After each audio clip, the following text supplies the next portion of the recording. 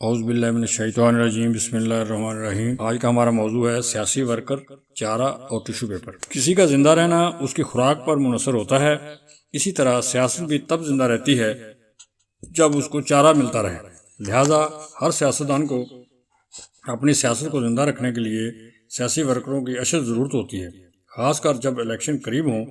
لاکھوں کی تعداد میں سیاسی ورکروں کو بطور چارہ استعمال کیا جاتا ہے۔ 1997 میں نیلام گھر ٹی وی پروگرام سے شہرت پانے والے طارق عزیز مرحوم سے جب ایک صحافی نے سوال کیا کہ آپ نے سیاست میں آ کر غلطی تو نہیں کی، تو انہوں نے کہا، غلطی نہیں بھائی، میں نے تو حماقت کے جوہر میں چھلانگ لگا دی ہے۔ بطور سیاسی ورکر وہ کہتے ہیں، میں پارٹی اجلاسوں میں آخری قطاروں میں بیٹھتا ہوں۔ میٹنگ کے آخر میں میاں صاحب مجھے دیکھ کر مسکراتے ہیں اور کہتے ہیں، طارق عزیز ذرا پاکستان زندہ باد دا نعرہ تے لا دیو۔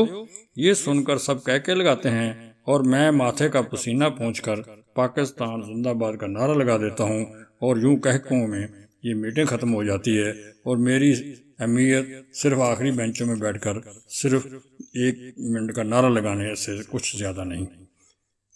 میرے نئی ذہین نسل کے بچے اندازہ لگائیں کہ اتنے بڑے آدمی کا یہ حال ہے، تو پھر آپ لوگ جو دلچسپی لیتے ہیں لیڈروں کے ساتھ، تو پھر آپ کس بات کے مولی وہ آپ لوگوں کو سمجھتے ہوں گے۔ سیاستدان کس طرح آپ لوگوں کو بیوقوف بناتے ہیں، غور سے میری بات سنیں۔ دل برداشتہ ایک سیاسی ورکر نے ٹشو پیپر بننے کے بعد اگلے الیکشن سے چند ہفتے پہلے فیس بک پر ایک پوسٹ لگائی۔ میں اپنے نئی ذہین نسل کو وہ پڑھ کر سناتا ہوں، یہ آپ کے کام آئے گی۔ وہ کہتے ہیں، نمبر 1، بڑی حیرت انگیز بات ہے، الیکشن اتنا قریب آ گیا مگر ابھی تک بڑے بڑے سیاستدان اور ان کی بڑی بڑی گاڑیاں میرے گھر کے باہر پہنچنا شروع نہیں ہوئیں۔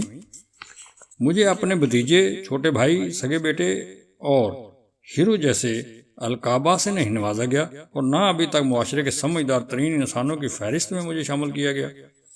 نمبر 3، میرے باپ دادا کی تعریفوں کے پل باندھتے ہوئے ان کے ساتھ وفاداریوں کی داستانیں نہیں سنانا شروع کی گئی۔ نمبر 4، میرے خاندان کے کسی پرانے بیمار بزرگ کی تیمارداری کو نہیں پہنچے، میرے ساتھ کئی سال پرانے دور کے رشتہ دار کے فوت ہو جانے کا غم نہیں کیا گیا۔ نمبر 5، مجھے میری مہینوں پرانی کسی گزشتہ خوشی کی مبارکباد دینے میں بھی کوئی نہیں آیا ابھی تک۔ نمبر 6، اور نہ میری ذہانت و قابلیت کے گن گاتے، میرے کالجز اور یونیورسٹی کی ڈگریوں کے گریڈ مجھے یاد دلاتے، بڑی بڑی سرکاری نوکریوں کے خواب جو دکھائے گئے وہ بھی کام شروع نہیں کیا گیا۔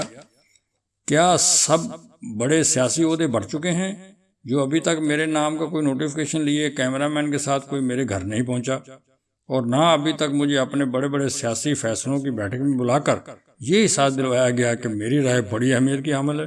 نمبر 9، میرے پاک وطن کے نوجوانوں، یہ وہ آخر میں آپ کو نصیحت کر رہے ہیں، میرے پاک وطن کے نوجوانوں، ٹشو پیپروں، یہ سبز باغ تمہارے لیے ہیں۔ علامہ اقبال نے تو یہاں کہا تھا، جمہور کے ابلیس ہیں ارباب سیاست، باقی نہیں اب میری ضرورت ہے والا تہ و افلاق میں۔ مطلب یہ ہے کہ یہ وہ ابلیس اور جمہوریت کے نام سے جو ان کی نظم علامہ اقبال کی، تو اس میں وہ پھر ابلیس کہتا ہے کہ اب تو میری ضرورت ہی نہیں، اب تو سیاستدانی کافی ہے۔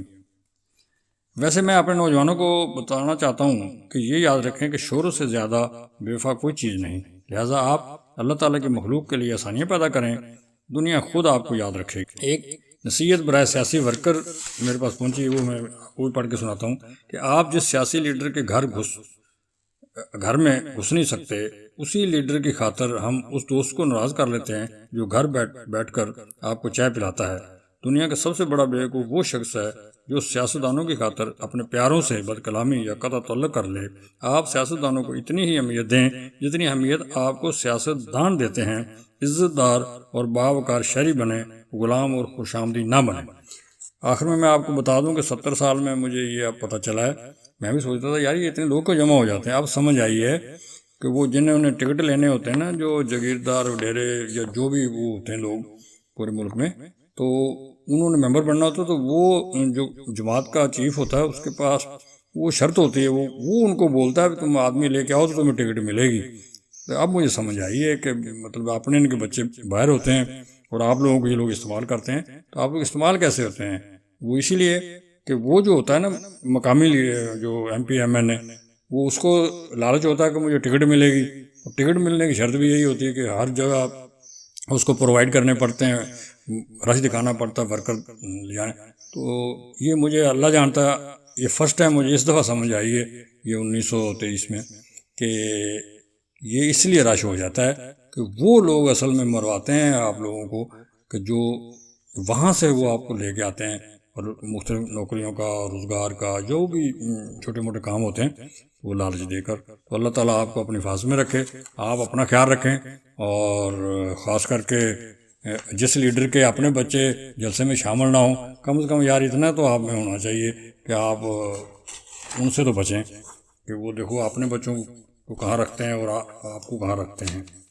ٹھیک ہے جناب، جزاک اللہ، فی امان اللہ، السلام علیکم ورحمۃ اللہ.